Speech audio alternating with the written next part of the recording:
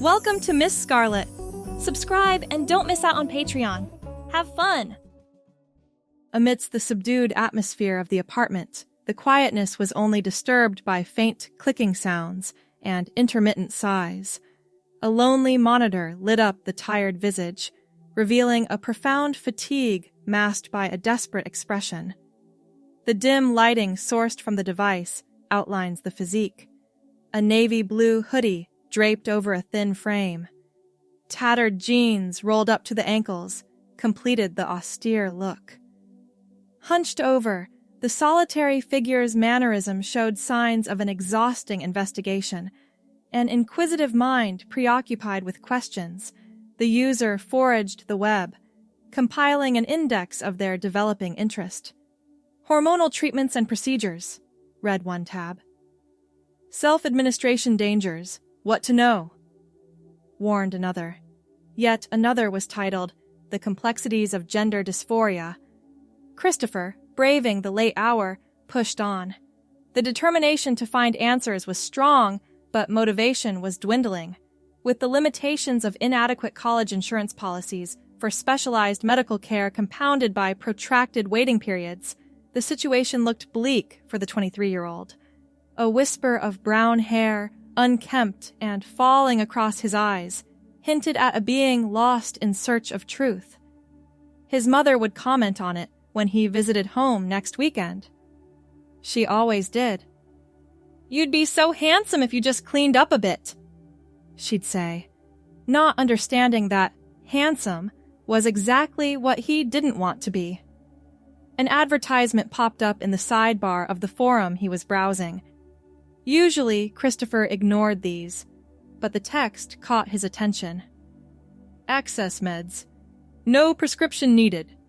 International shipping. Discreet packaging. His cursor hovered over the link. Everything he'd read warned against unregulated medications, against self-medicating without proper blood tests and monitoring. But everything he'd read also described the mental anguish he felt every day, the dysphoria that was becoming harder to ignore. He clicked. The website looked more legitimate than he'd expected, not polished enough to be a major pharmacy, but not sketchy enough to immediately scream, scam. Different categories of medications were listed, and Christopher navigated to hormone treatments. There they were, estradiol tablets, spironolactone, the medications that people on the forums talked about constantly, the medications that could, potentially, save him. "This is crazy," he muttered, but he didn't close the tab. Instead, he opened a new one and began researching the site, looking for reviews, for horror stories, for anything that might indicate whether this was legitimate or dangerous. Hours passed. The night grew deeper.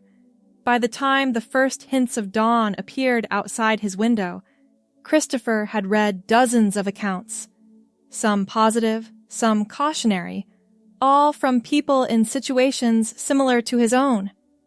People who couldn't access health care through traditional means. People desperate enough to try. He bookmarked the page and finally went to bed. The next week passed in a blur of classes, study sessions, and more research. Christopher calculated his budget, cutting out coffee shop visits and declining invitations to go out with classmates. Every spare dollar went into a separate fund, carefully hidden from his roommate's view. "You coming to Ryan's party this weekend?" asked Mark, his roommate, emerging from his bedroom in a rumpled t-shirt. Christopher glanced up from his laptop. "Can't. Got a paper to finish." "You always have a paper to finish," Mark said with a shrug. "Whatever, man. Your loss." That was the beauty of being a known introvert and dedicated student. No one questioned when you disappeared into your own world. By Friday, Christopher had saved enough. The brown-haired student sat cross-legged on his bed, credit card in hand, heart pounding as though he were about to commit a crime. In a way, perhaps, he was. Self-medicating wasn't exactly legal, though it wasn't exactly illegal either. At least not for the consumer. He input his information, quadruple-checking the shipping address to make sure it would arrive when Mark was visiting his girlfriend for the weekend. The confirmation page informed him delivery would take 7 to 14 business days. The waiting began. Christopher checked the tracking information obsessively. The package left a warehouse in some Eastern European country he'd never heard of. It arrived at a distribution center. It cleared customs. He'd been terrified it wouldn't. And then began its journey across the United States. Each day that passed was both agony and relief. Part of him hoped the package would never arrive, that some external force would prevent him from taking this risk. The other part, the part that woke up each morning feeling disconnected from the reflection in the mirror, prayed for it to arrive soon. 12 days after placing the order, his phone pinged with a notification. Your package has been delivered. Christopher raced down to the apartment complex's mailroom, hands shaking as he turned his key in the lock of the small metal box. Inside was a simple padded envelope, no bigger than what might contain a paperback book. No markings indicated what was inside. True to the website's promise, it was entirely discreet. Clutching the package to his chest, he hurried back to his apartment, grateful that Mark was, as planned, away for the weekend. Once inside, he locked the door behind him, then sat at his desk and carefully opened the envelope. Inside was a small plastic bag containing 2 bottles. One held small blue pills, estradiol. The other contained white tablets, spironolactone, exactly what he'd ordered, or at least what appeared to be. He couldn't be certain without testing, and he had no means to do that. What he did have was months of research, dosages, expected effects, potential side effects, risks. He'd memorized it all, prepared as best he could without medical supervision. He knew this wasn't the recommended way. He knew the dangers of blood clots, liver damage, and other complications. He also knew the statistics for transgender individuals without access to proper care. Christopher carried the bottles to the bathroom and stood before the mirror. The person staring back wore the navy hoodie he'd thrown on that morning. Brown hair falling into eyes that looked both terrified and determined.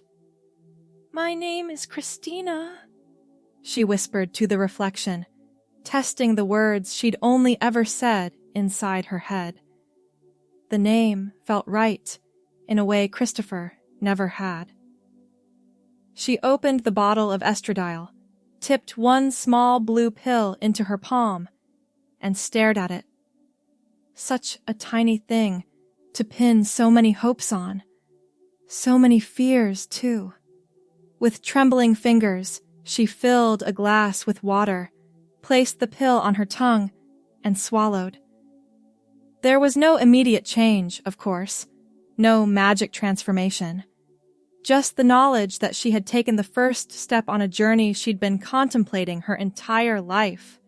She hid the medication bottles in an old sock pushed to the back of her drawer, behind textbooks and winter clothes rarely used in the mild climate of their college town. The first few weeks were anticlimactic. Christina continued her routine as Christopher, attending classes in the same hoodies and jeans, speaking in the same voice, existing in the same spaces. She took her medication each morning and night, following the regimen she'd researched so carefully. Physical changes were subtle at first. A slight tenderness in her chest after 3 weeks. Skin that felt somewhat softer.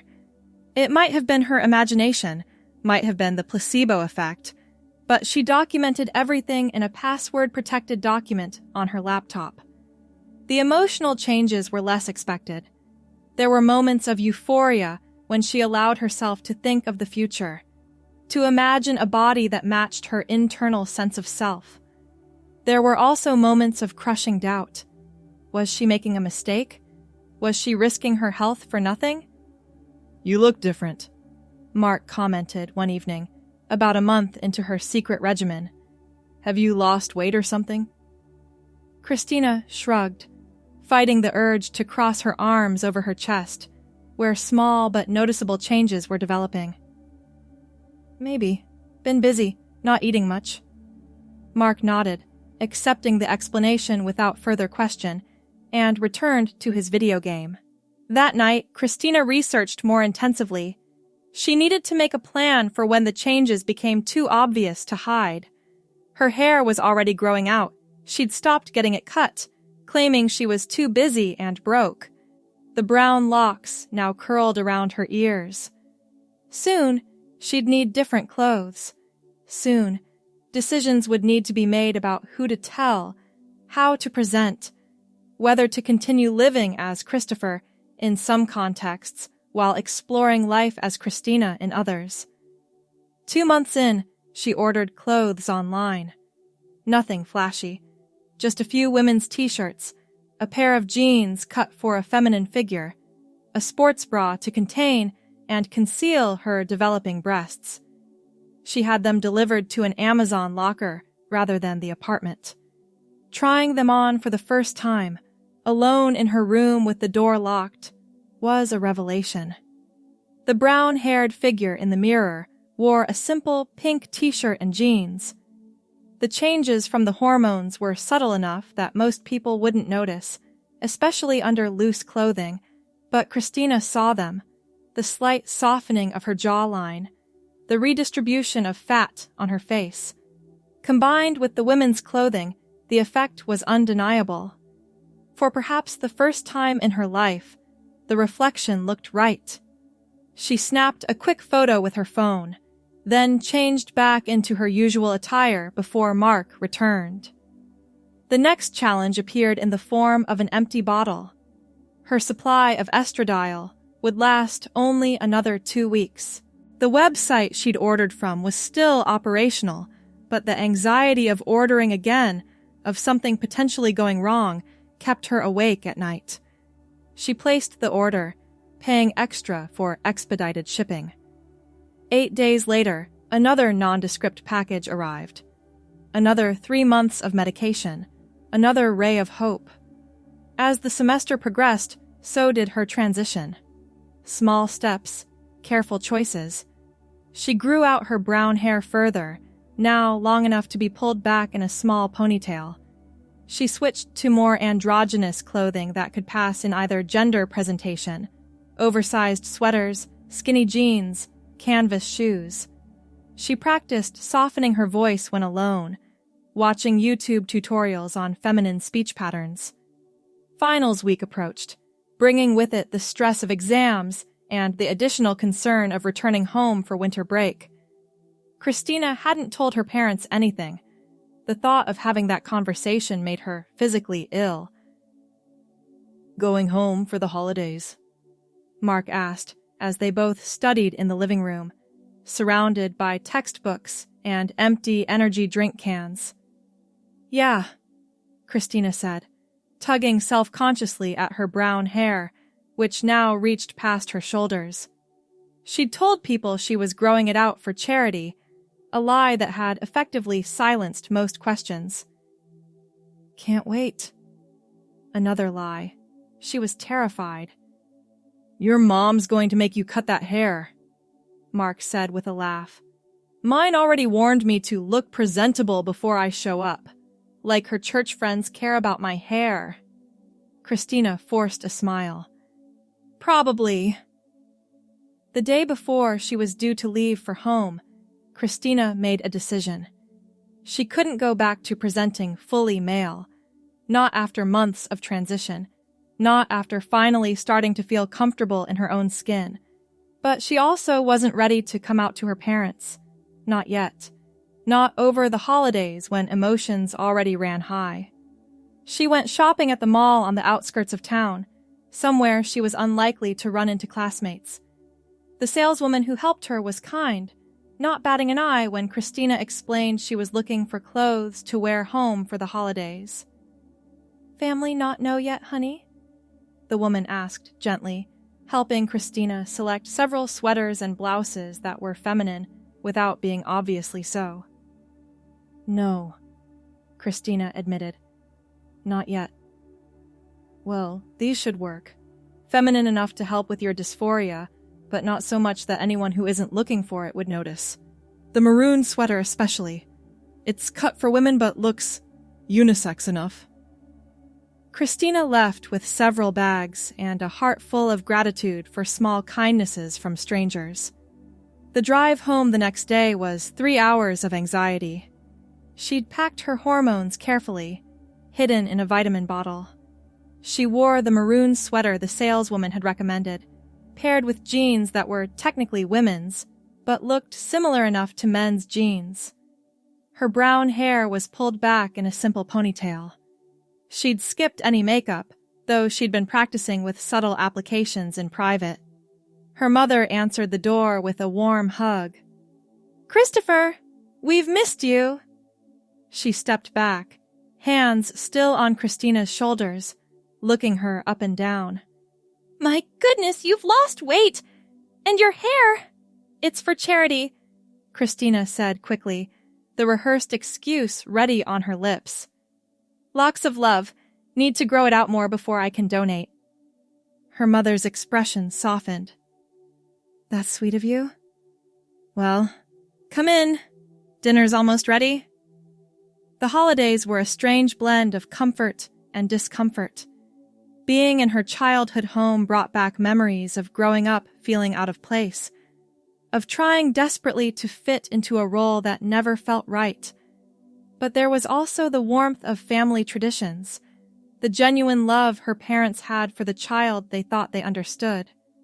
Christina maintained her medication schedule carefully, taking her pills in the privacy of the bathroom each morning and night. She wore her carefully selected wardrobe of feminine but not obviously so clothing. She let her mother chatter about neighbors and church events and old high school friends who were getting married or having babies. She didn't correct pronouns. She didn't ask to be called Christina. Not yet. Not here. But in her own mind, in her private thoughts, she was increasingly secure in her identity. The spring semester brought new challenges and opportunities.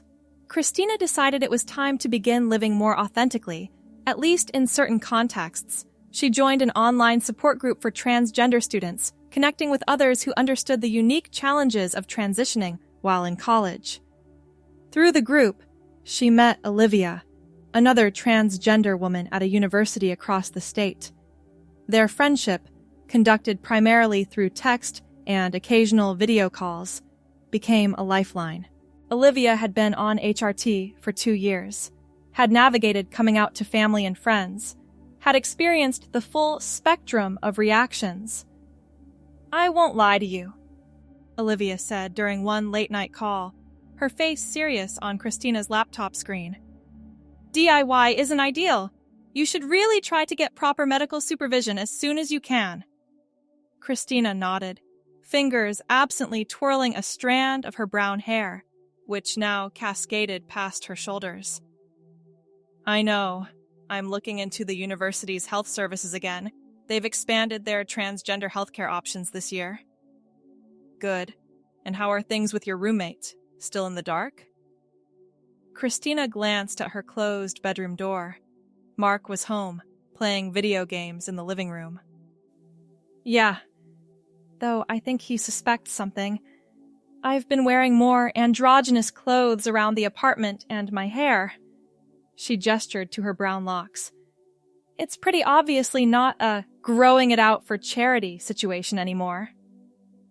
"Might be time to have that conversation," Olivia suggested gently. "From what you've told me, he seems like a decent guy." The thought made Christina's stomach clench with anxiety, but she knew Olivia was right. Living authentically meant being honest with the people in her life, at least those she felt safe with. The opportunity came a few days later. Mark was having a rare, quiet evening, studying at the kitchen table rather than gaming or out with friends. Christina took a deep breath, smoothed down her pink sweater. She'd grown bolder in her clothing choices at home, and sat across from him. "Hey, can we talk for a minute?"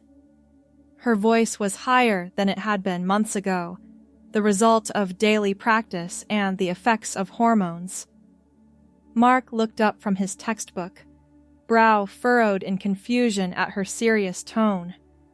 "Sure, what's up?" There's something I've been meaning to tell you. Something important." She brushed her brown hair behind her ear, a nervous gesture. "I'm transgender.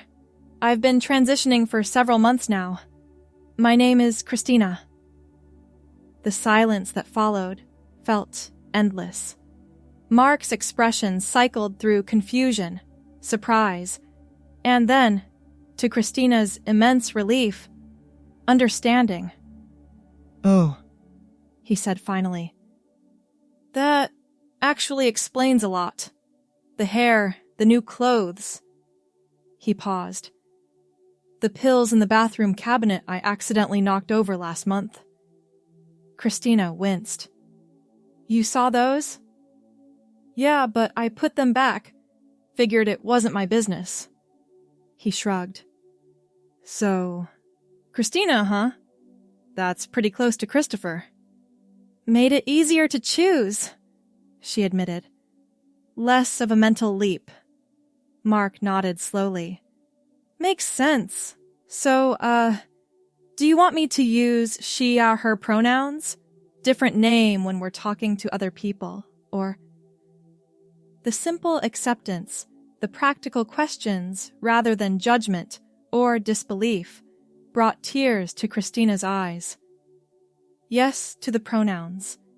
As for telling other people, I'm working up to that.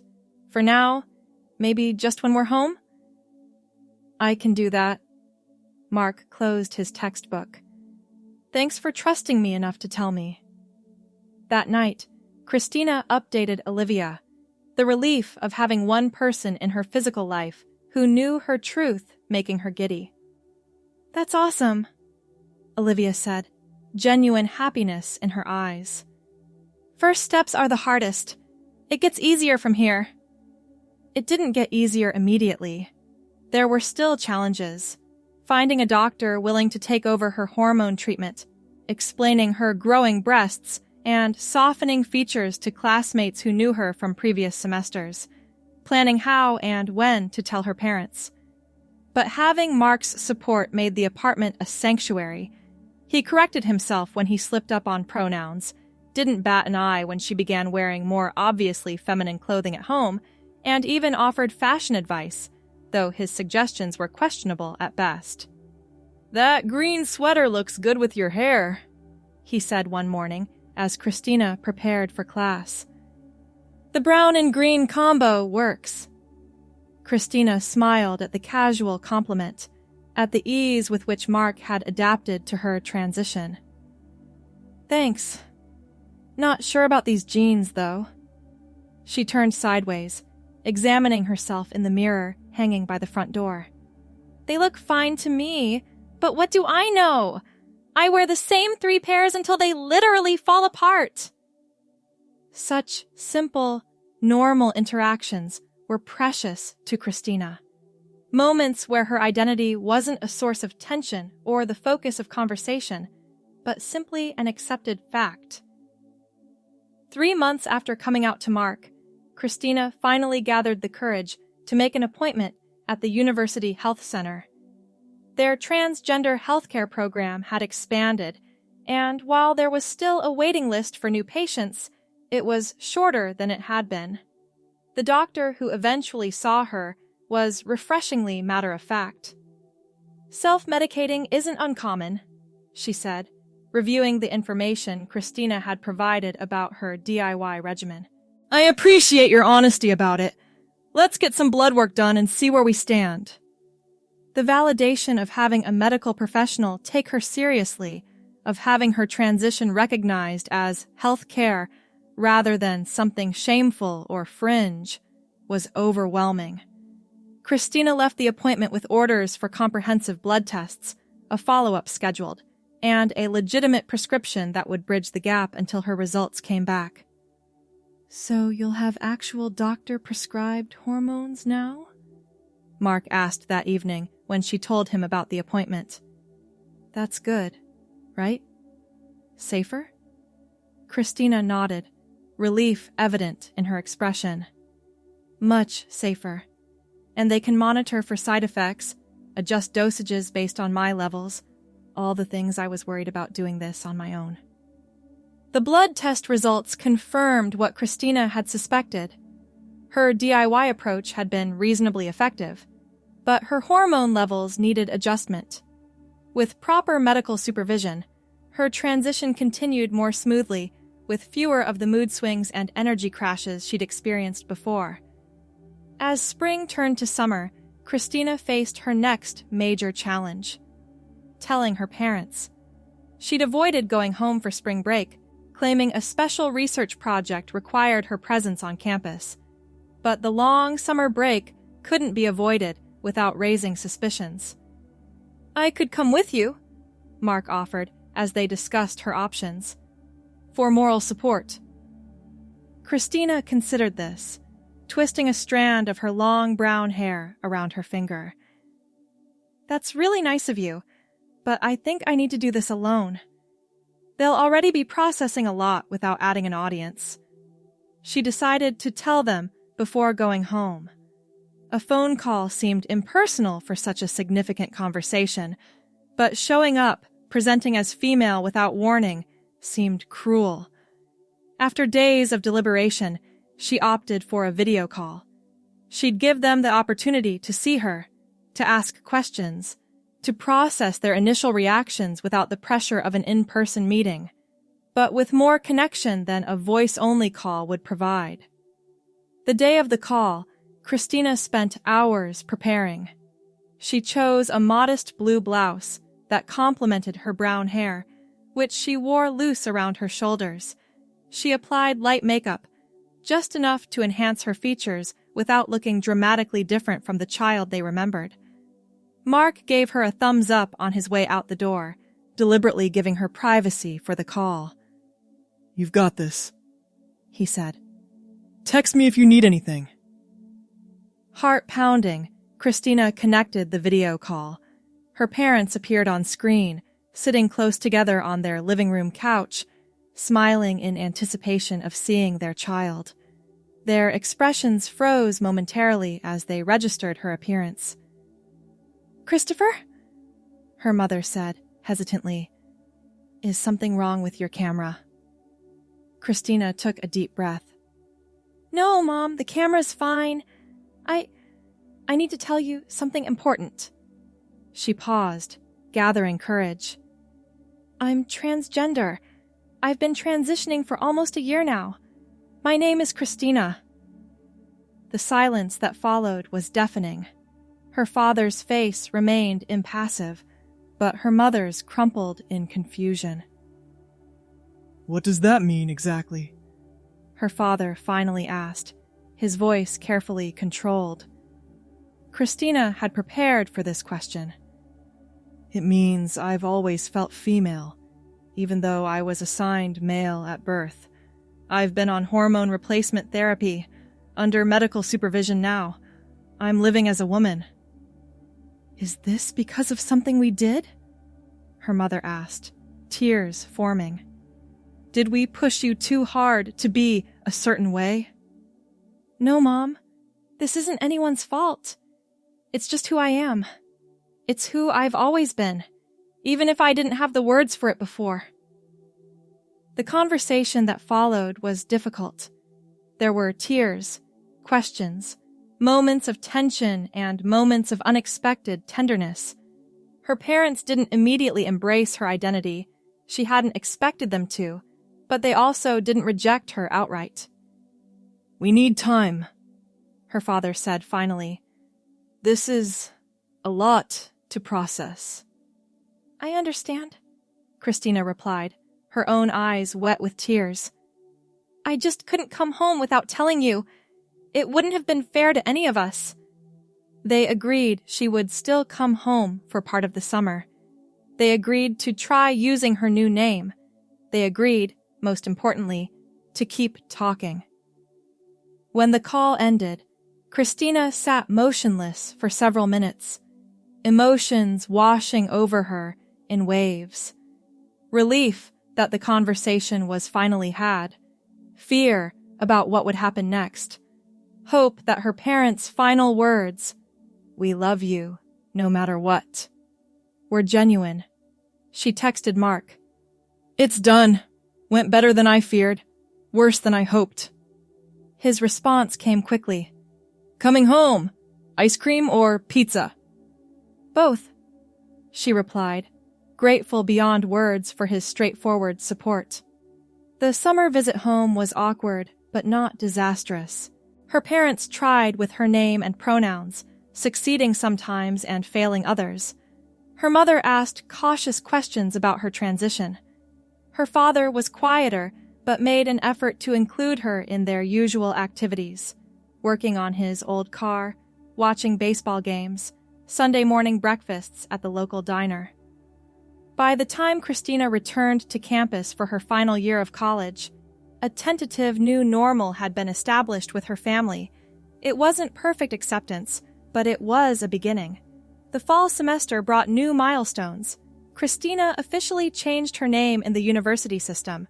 She joined a campus support group for transgender students, finding community in shared experiences. She began using women's restrooms without the crippling anxiety that had accompanied early attempts. Her hormones, now properly prescribed and monitored, continued to reshape her body in subtle ways. The changes were gradual enough that she sometimes didn't notice them day to day, but comparing photos from a year ago revealed a significant transformation. Her face had softened, her body's contours had shifted, and her brown hair, now reaching the middle of her back, framed features that registered increasingly as feminine to the outside world. Mark, ever supportive, had become something of an unexpected ally in her journey. "Some guy in my econ class asked about my hot roommate with the brown hair," he reported one evening with a grin. "I told him you were way out of his league." Christina laughed, though the comment triggered a flutter of both validation and anxiety. Being seen as a woman by strangers was affirming, but it also opened up new territories of vulnerability and potential disappointment. Dating as a transgender woman was a complication she hadn't yet fully confronted. There had been a brief, awkward flirtation with a classmate in her literature seminar, but Christina had backed away when the question of disclosure loomed. When and how to tell potential partners about her transgender status was a challenge she was still working through.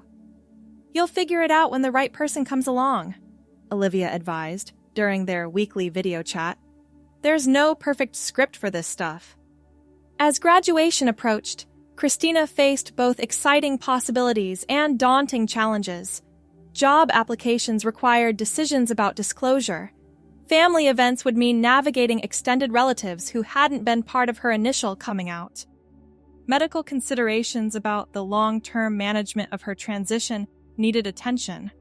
But unlike that desperate night almost 2 years ago, when she'd hunched over her computer, searching for any solution to her pain, Christina now had resources, support, and a growing confidence in herself and her path.